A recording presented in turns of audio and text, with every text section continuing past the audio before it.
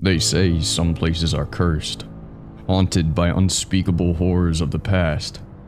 John Lee Parker, one of the infamous Parchman 5, claims to have found such a place during his prison escape. Once he stepped into the abandoned farm where the very foundations were built upon horror and despair, life as he knew it changed forever. It was July 17th, 1970, when 5 convicts, all serving life sentences, made their daring escape from Parchman Prison, Mississippi. John Lee Parker and his 4 accomplices, Jack, Sam, George, and Lemuel, thought they'd found the perfect hideout, an old abandoned farm 3.5 miles from the prison. Little did they know that this was no ordinary farm. It was no coincidence that they'd come upon such a place, and that they were about to stumble upon a living nightmare. 2 days later, John would go on to tell authorities the grisly details of what happened at that farm. A tale of terror, where the lines between life and death blur, and it appears that evil takes on an ageless form. This is John's account of his escape from the immortal farm. His tale is sinister, guaranteed to haunt you long after the final word. I never expected to end up with a life sentence, but then the robbery I was involved with went wrong. I knew that unless I did something about it, I would rot away in prison. It wasn't like the other prisons I'd been in. It was the place of tortured souls, and no inmate that went inside ever came out the same. On my second night there, the nightmares began. Ones I hadn't had since I'd been a kid. I was inside an old building with crumbling walls covered in damp. A darkness surrounded me, and there was a pulsing. A pulsing from the walls as if it had a heartbeat. I reached out and pressed my hand to the wall, and these pores opened up and oozed out blood. Soon it was spouting out hundreds of pores, sticking to my skin, the liquid swelling around my feet. I went to scream, but the blood covered my mouth and poured down my throat, blocking my pleas for help. I awoke in a hot sweat, panic clawing at my skin. I needed to get out of there before the nightmare took my sanity. I wasn't the only one losing it. George, my cellmate, was too. He'd been in there for more years than even he could remember, and this was taking its toll on him. When I was freaking out, he didn't even notice. Instead, he was too preoccupied with mumbling to himself, lashing out at invisible enemies. I kept my nightmares to myself, but it was obvious to each of the group that poor George was one bad day away from a full-blown breakdown. The plan was simple. Wait until the dead of night when the guards were at their drowsiest, then make our move. For months, me and the boys had been checking every inch of that damn prison, looking for weaknesses, studying their shift changes, memorizing the layout until we could walk it blindfolded. Failure wasn't an option. It was either escape or rot behind bars until the Reaper came knocking. We had our roles down pat. George, despite his flaws, had a real talent for machinery and had been slowly pocketing bits and pieces, cogs from the laundry room, a spring here, a fuse there. Lemuel, he was our bruiser, a big son of a bitch, but quick, quiet on his feet too. Sam was the spider. The dude could climb anything, squeeze through the tiniest gaps. He'd been scouting our escape route for weeks, finding the perfect path over the wall. Jack, he was the wild card, unpredictable, ready to blow at any moment, but he had a silver tongue. We needed to take a punt on a guy like that, just in case crap went sideways. Me, I was the mastermind. I knew every trick, every angle. This was going to be my opus, my Mona Lisa jailbreak, and once I got out of there, I never planned on going back in. When the time came, we moved like clockwork. George jammed the locks on our cells and we slipped out like greased pigs. Lemuel, true to form, laid out the first guard quiet as a whisper. We could taste freedom, and it made us hungry, ravenous. Sam scampered up the wall like he was born to it, tossing us a rope. One by one, we hauled ourselves up and over. Jack had a close call with the spotlight, but he hugged the shadows like a pro. We hit the ground running on the other side, and we did not look back. The plan was to head north, get out of Sunflower County and hop a train, maybe stow away on a boat. Get out of this state and be ghosts, anonymous, free to start fresh where nobody knew our names or the things we'd done. But you know what they say about best laid plans? We'd been running for hours, lungs burning, blisters busting our feet. Then Sam managed to lose our rucksack of supplies, with only scraps in our pockets and little water. We couldn't go on as quickly as we planned. And there was this sea of green. It never seemed to end. We passed countless missing posters, some new and some weathered with time, stuck to walls, telephone poles, and caught in bushes. I'd never seen so many before. The faces of the lost grinning at me in images from their past lives. The sun was starting to rise, and we knew we needed to hunker down somewhere before we got spotted. And that's when we saw it. Looming out of the early morning fog, an old farm, looking about 2 steps away from crumbling in on itself. I got a real bad feeling about that farm, but we were out of options and shelter. Even one probably more spiders and foundations was better than being out here exposed. We figured it was abandoned, a safe enough port to rest up, gather our wits. We'd all stayed in worse places, but as we crept closer, that bad feeling settled in my gut. A coldness, like icy fingers dancing up my spine. Something about that place felt wrong. But we were desperate, we were exhausted, and as we approached that decrepit old farmhouse, with its sagging porch and broken windows that gaped like hollow eye sockets, little did we know our nightmare was only just beginning. The farm looked like something straight out of a horror movie. As we got closer, I could make out more details in the early morning light. The paint was peeling off the house in strips, like leprosy eating away its skin. Shingles were missing from the roof, probably rotted away years ago. But it was the windows that really got me. Most of them were broken, jagged shards of glass clinging to the frames like snarling teeth. And the way they seemed to stare at me, like hollow eye sockets in a skull, it sent a chill right through me. I'm not a superstitious man, but even I could feel the wrongness emanating from that place. It was like the farm itself was sick. It was infected with something ancient and malevolent. The others must have felt that too.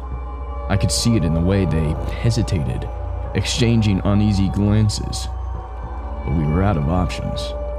We needed a place to lay low, catch our breath before hitting the road again. So we pressed on, picking our way through the overgrown grass and weeds that choked the yard. Caught in the vines, I spotted it. A faded baseball cap and what appeared to be the frayed remains of a friendship bracelet. I should have questioned those items being there. I should have trusted my gut and just turned around. But the fear of being caught, it took over any rational thought. Up close, the decay was even worse. The door was hanging off its hinges, the wood soft and rotten. Tattered curtains fluttered in the broken windows, like the house was sighing. And the smell. Christ, the smell. Like something had crawled up inside there and died a long time ago. We eased inside, floorboards creaking under our weight. The interior was just as bad as the outside. Moldy wallpaper peeling off and sheets. Furniture upended, broken. A thick layer of dust coated everything, puffing up in clouds with each step we took. It looked like nobody had set foot in here for decades. We looked around, all of us as quiet as mice. Even Jack, who wasn't one for agile movements, tried his best to creep across the room. We stayed there, breathing the stale, decaying air and feeling the years of dust sticking to our skin. And then I saw them. Footprints, cutting through the dust on the floor, leading deeper into the house towards the back. They looked fresh. My heart started hammering against my ribs. Someone had been here recently. But who the hell would be squatting in this decrepit old place miles from anywhere?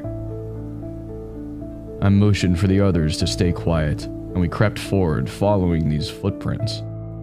They led us through a small kitchen, cans of beans and meat sitting on the counter, half rusted through and covered in flies, and out the back door, toward the old barn that hulked in the yard. The barn was in an even worse shape than the house, but the footprints led right up to the splintered doors, disappearing inside. We all just stood there for a moment, staring at those doors and knowing that nothing good was lurking within them. Jack was the first to break the silence. I don't like this. I don't like this one bit.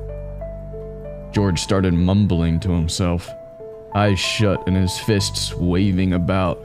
He was in no fit state to explore the barn of doom, so I signaled for one of the others to stay with him. Then I took a deep breath. I squared my shoulders, and I reached for the doors. The hinges screamed as I pulled them open, revealing this dark, yawning maw of the barn's interior. As I stepped inside, I swear, the temperature dropped 20 degrees.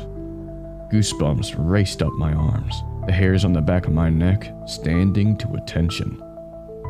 I could feel a presence there, watching me. I managed to crack out, "Hello, is someone there?" I was about to concoct this story that my friends and I had broken down close up and needed a safe place to rest tonight, but before I could begin, I heard the clattering of something, and then a flickering of the shadows. My heart thudded in terror on seeing him, an old man, standing in the shadows in the back of the barn, just staring at me, with eyes that glinted like chips of ice in the darkness.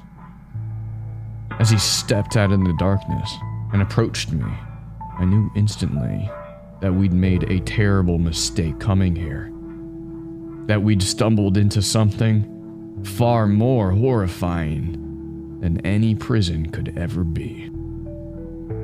The man stopped moving and just stood there staring at me with a gaze void of soul. Some of the others joined me and we stared in disbelief at the old man. The way he stood there, so still and calm, like he had all the time in the world, like he'd been waiting for us. "Who are you? What the hell are you doing here?" Jack demanded, his voice echoing in the cavernous space. The old man didn't answer right away.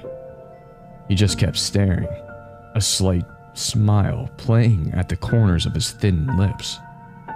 When he finally spoke, his voice was barely above a whisper, but it carried across the barn like a winter wind. "I've been here a long time. Longer than you can imagine." There was something about the way he said it, something that sent a chill down my spine, like he wasn't just talking about squatting in this old barn, like he meant something else entirely. Sam took a step forward, his fists clenched at his sides, and he insisted we didn't want any trouble, but we were going to lay low here for the night. The old man's smile widened, showing teeth that were far too white and perfect for her face so weathered and ancient. "Oh, you're not going anywhere," he said softly. "Not now. Not ever." And that's when I felt it. The hairs on my arms stood up, and I swear I could taste metal on my tongue. The old man's eyes seemed to glow in the dimness, twin points of icy blue fire. "No one merely stumbles upon the immortal farm," he added, a sinister delight to his voice. Sam just looked frustrated, and I could tell he thought this old man was just crazy. I knew it went far beyond that. That creepy old man wasn't there by chance. He was waiting for us.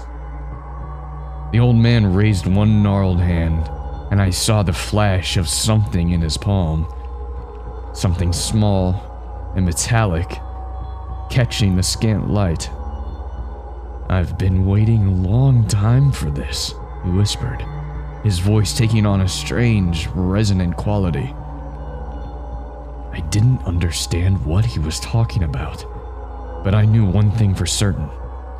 We were in trouble. We were in deep trouble. The others must have sensed it too.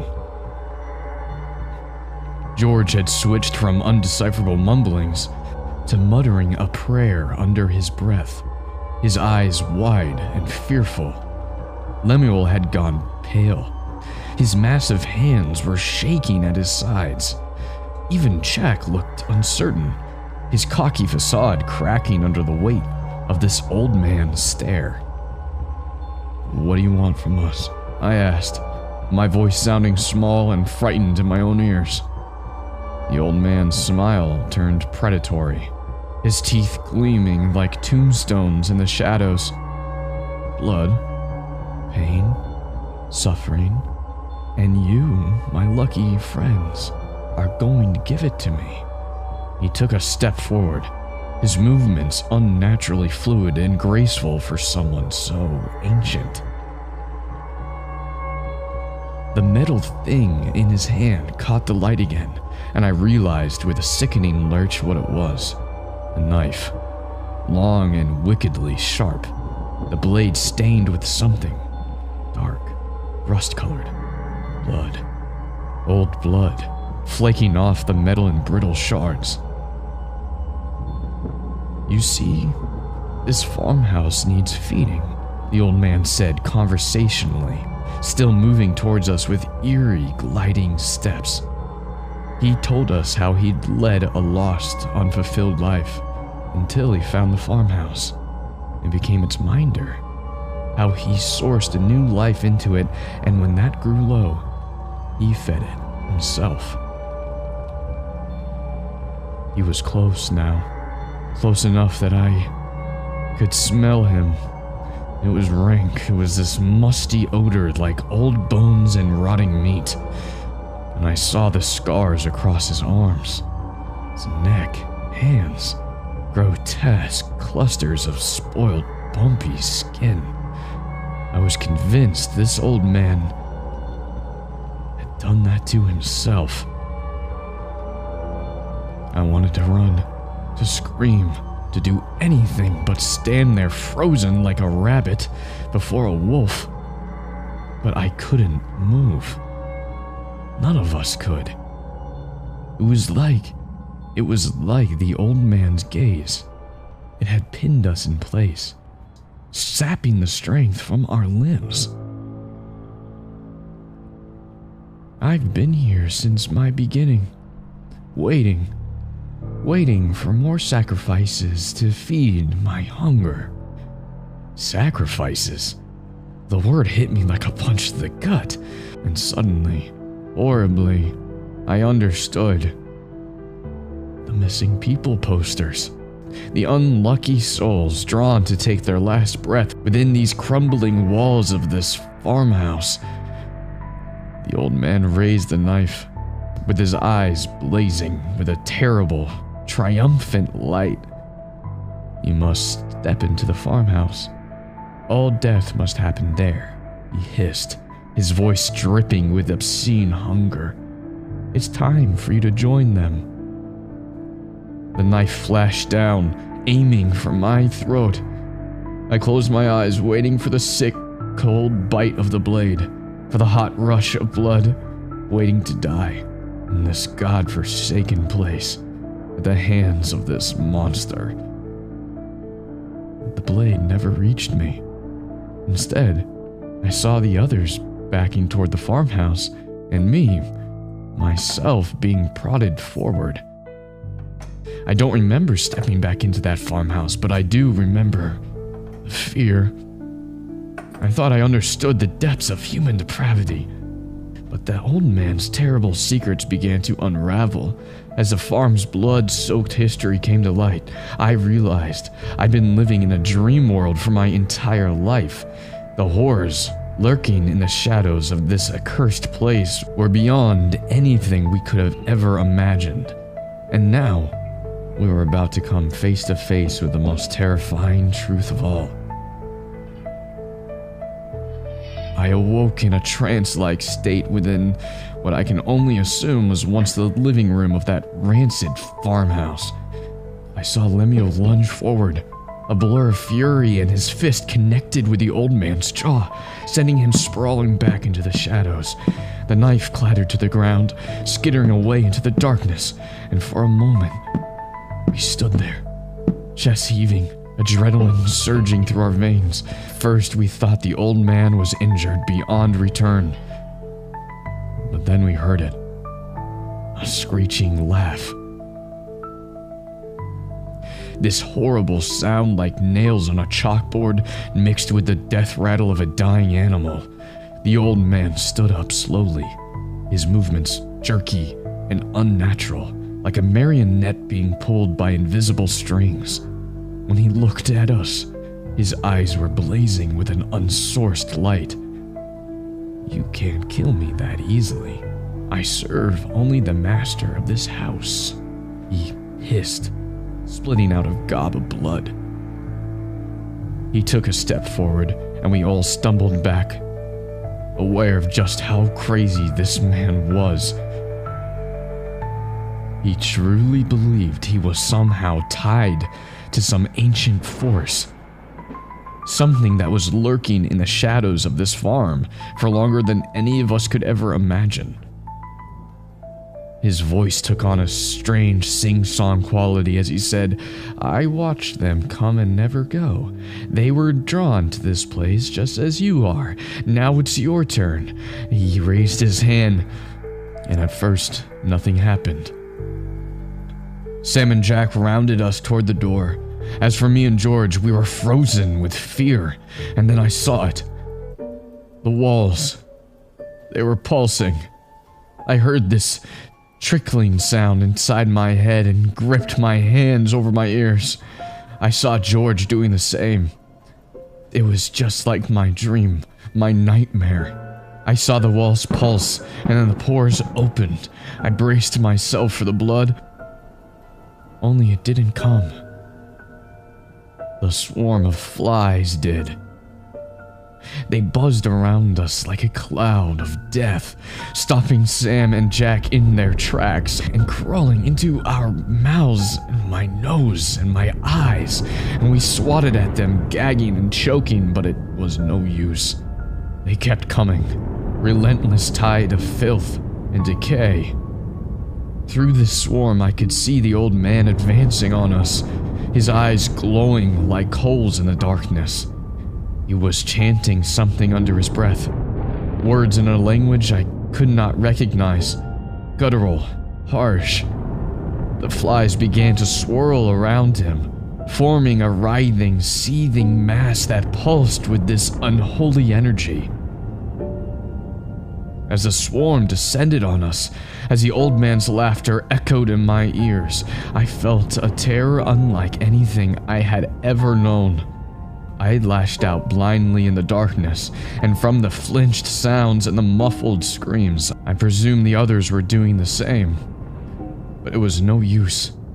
We were being overwhelmed, dragged down into a maelstrom of buzzing wings and gnashing teeth. And then, just as I felt my strength giving out, just as I was ready to surrender to the darkness, I heard a sound that cut through the chaos like a knife, a shrill scream, unhuman and echoing. The flies began to disperse, the swarm thinning out as my footsteps grew louder. The old man staggered back and then stared at a section of the moldy wall, the pores still there, pulsing. And the old man just laughed, a demented laugh full of frustration. He muttered something about the unwanted one, and then he was gone, melting back into the shadows like a ghost. We just stood there, battered and bleeding, hardly daring to believe we were still alive. Only not all of us were. There, on the floor, his face distorted in fear and his limbs rigid, was poor George. As for Lemuel, we couldn't find him. He'd gone. We all felt it. The farm and sucked the life from him in all forms. And that's when Jack started muttering things. Insistent there had to be another way out, he didn't listen to my pleas to stop. Instead, he charged off into the inner workings of the farmhouse. I listened until his creaky footsteps trickled out into silence. No screams. No nothing. Just like that, he was gone. There was no point in me leaving now. No one would believe us. Instead, they'd lock us away for eternity, trapped with our demons. As I watched the pulsing walls and felt my pounding heart, I knew the nightmare wasn't over. Not yet. The full light of day arrived without warning, and without sharing words with Sam, we shuffled outside. The place looked different in broad daylight, less menacing somehow, but I could still feel it. That same sense of wrongness, of evil lurking just beneath the surface. In the cold light of day, gee, we were a mess. We both had gaping wounds and sores across our bodies, and this coldness now to our eyes. I tried calling for Jack, even though I knew he'd long gone. I could feel in my heart only Sam and I were left now. We made our way to the barn, hearts pounding in our chests.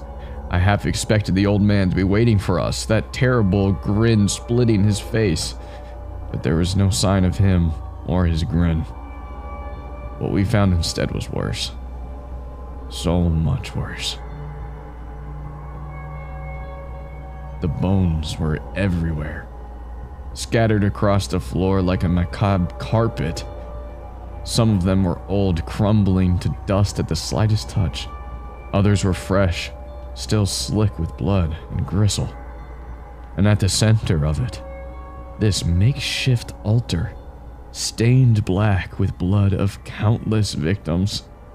The flies were there too, buzzing and swirling in a grotesque halo around this grisly monument.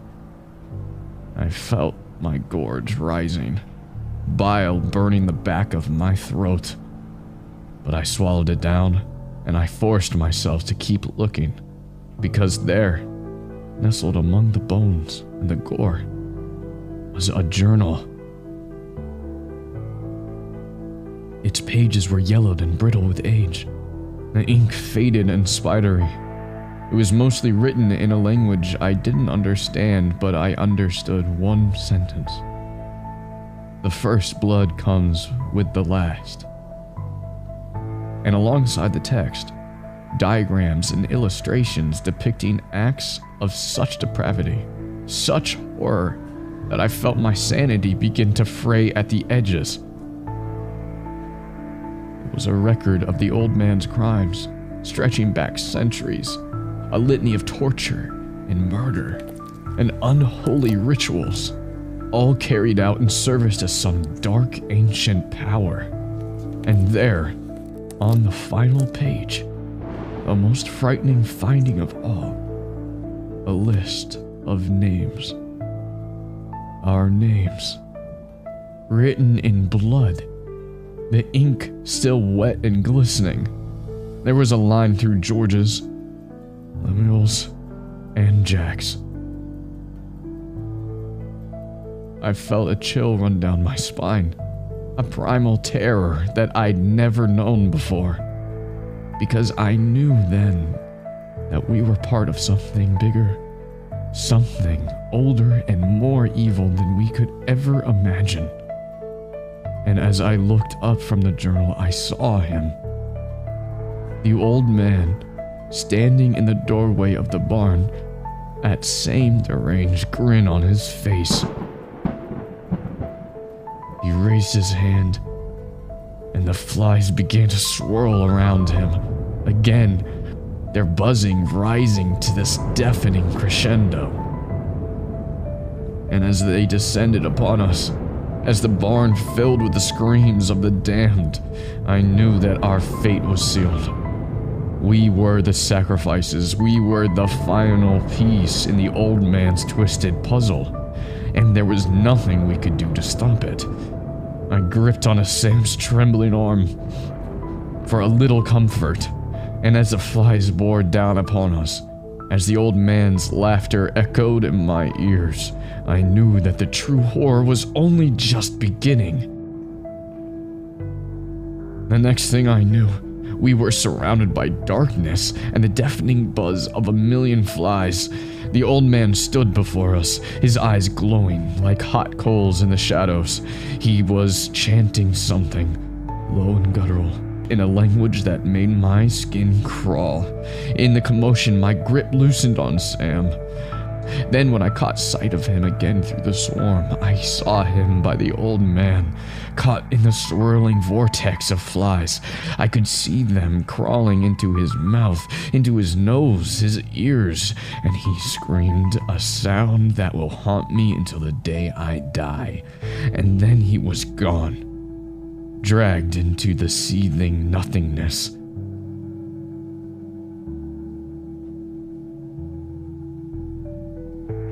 I don't know how I got out of there. One minute I was standing frozen, watching my friend being torn apart, and the next I was running, stumbling blindly through the dark.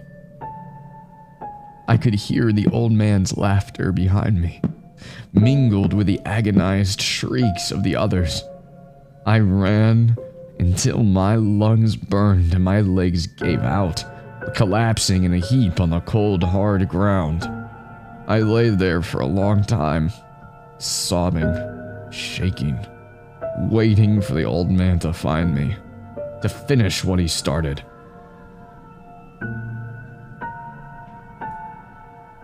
But he never came.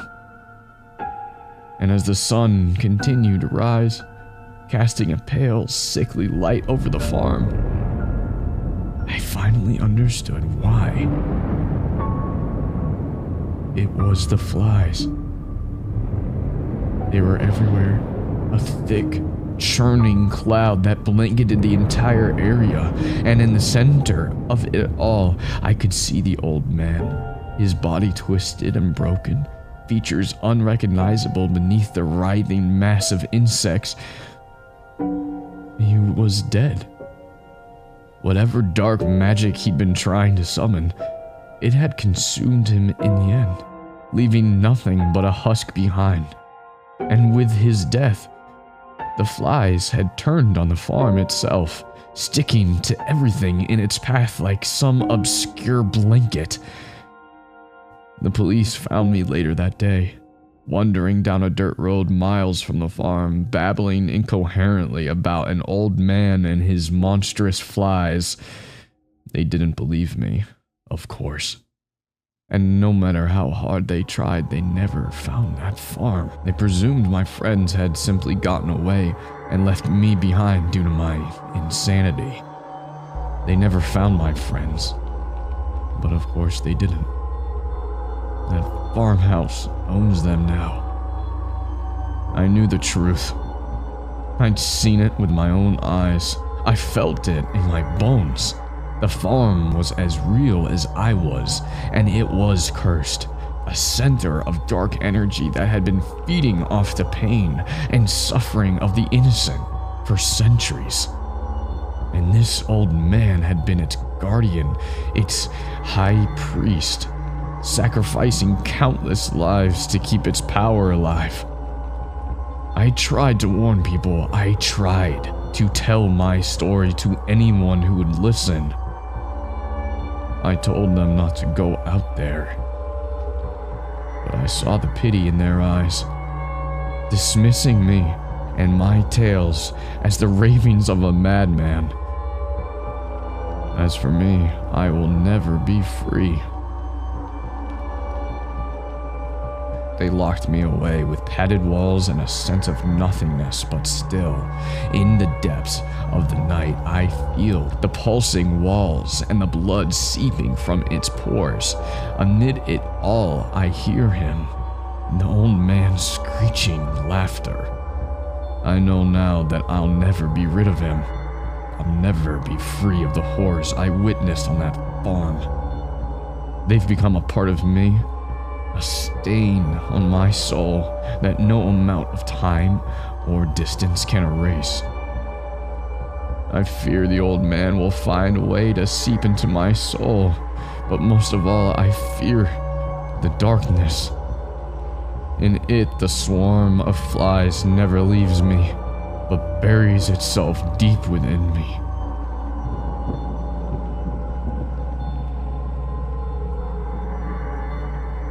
John Lee Parker never gave another statement. The mental institute he was sent to eventually closed, and after that, there's no traces of his whereabouts. So, what really happened on that godforsaken farm? The truth is, we may never know for sure. Did the immortal farm truly exist, or was it a figment of John's imagination? Those that believe John's story say the old man was a warlock, a practitioner of the dark arts who had been sacrificing innocent lives to feed his own twisted immortality. Others claim he was a demon in human form, a creature of pure evil that had been stalking the earth for centuries. But maybe the most terrifying possibility of all is that he was just a man who had stared into the abyss for so long that it stared back, twisting his soul into something monstrous and unrecognizable. In the end, I suppose it doesn't really matter. The horrors John witnessed on that farm scarred him, and although he escaped, he never was the same again. People still go missing in rural Mississippi to this day, and every so often one of them shows up with fear in their eyes. They tell of a crumbling farmhouse and the horrors that awaited them there. Some believe it is the made-up stories of the lost and the desperate, but others believe that the farm is still out there, waiting in the dark, and it's always hungry for fresh meat. For more scary horror stories, please subscribe.